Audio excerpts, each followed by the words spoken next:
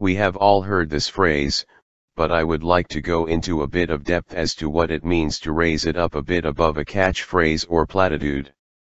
It is a fundamental tenet of esoteric thought. Genesis tells us that in the beginning the earth was null and void and darkness was upon the deep. The first question that should bring to mind is, what is the deep? We'll get to that in a moment. This nothingness then stirred, and God said, "Let there be light," and divided light from the darkness. It was an act of pure spiritual will through the use of the divine mind. We haven't actually divided the light from the darkness, its obvious source, only the idea has actually been created. A thought either created or accessed by the divine mind. The mind created the idea before the will was able to manifest it, empowered by the desire to see it manifest. This is the deep. The astral or desire plane is always associated with liquid and usually water. It is interesting also that instead of just doing it, we see that God crystallized this idea or thought form in a mantra or word of power, "Let there be light," and then created a physical plane change through his desire. Thus the first manifested result of the omniscient being at the center of our system is organized sound, or vibration, and after that all that will ever be in the world is a product of vibration. The word logos is used to describe this entity in manifestation and literally means word. Now, why is any of this important? This first act of creation out of the mind of God is repeated in every other creative act on every level in every plane, and it is used by you and I to create our world. We have talked about resonance and how we attract into our reality the things we think about most. But when we conceive of an idea and build a better mousetrap, we are the creator in the microcosm. Nothing is created without first being imagined. There has to be that moment when the creator says, "Wouldn't it be cool if," in this case the rest would be, "there was light." The image-making faculty of consciousness is the mind. When we visualize an idea, we are creating an image. The energy and potential of the thought form is based on the ability of the consciousness that created, accessed, or simply organized it. We do this constantly, but with little result because we are not very good at focusing our minds. The idea may just pass. If the desire is strong enough, then it is brought into physical reality. It is, and always has been, energy, and has simply been organized at different levels until it has fully crystallized.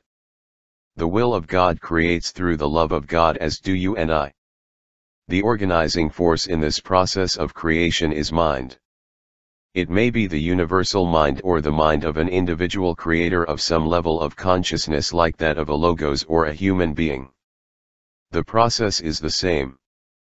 Creation is governed by the intelligence of the system. The third ray of mind or intelligent activity gives birth to the four subsidiary rays of aspect.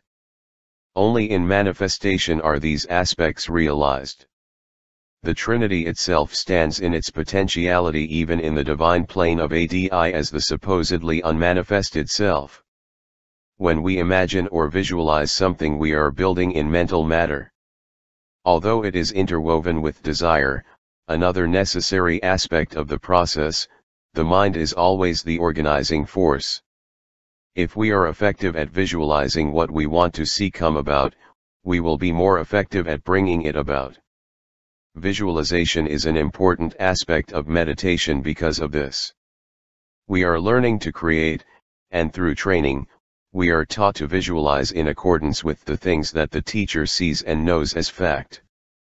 The creative process and the ability to make changes are being used along proven lines and will be improved greatly. We will eventually find our way, but time can be gained through a guided and monitored approach to occult meditation. There are pitfalls that can be avoided on the way. What we need to keep in mind is that there is a collective human consciousness that is creating all the time as well. Groups and subgroups of subconscious and superconscious entities creating in mental and astral matter, and this is what decides the direction in which societies move. There is a unique way that each nationality approaches life because of its group identity. It is responsible for the beautiful colorations in cultural expression throughout the world and the thought-provoking effect that is the result of some one individual swimming upstream. It is fairly easy for us to create in line with the overriding dream of our society and the planet herself, but to create something extraordinary requires much more personal power. These are the people we say are on a mission and will not be denied. Their vision is so clear and the desire so strong that nothing will deter them from seeing it brought to a reality. This is why the training in business can produce, once a redirection of focus is triggered, a student of the spiritual sciences that will excel in these endeavors as well. This is the reason for goal orientation and all of the attention that one gets in business training. We want to be more effective in bringing about change on the physical plane, and the only way to do that is to learn to focus our minds and visualize first. The first creation is not done on the physical plane. Everything we see in the physical world was first created on the mental plane. The energies were organized by the mind and brought to be through activity fired by desire. Think about the word emotion for a moment and how we express ourselves in this area of our lives. We can be moved or affected by a person or a situation or even a song. Emotions are what move us to move. If you want it bad enough, you'll go get it. It is not enough by itself, but neither is the mind. We have to be harmless in our intentions and balance and align all aspects of ourselves to our real purpose, and then we can create true beauty. Gandhi once said, "Be the change you want to see in the world." Creation starts within.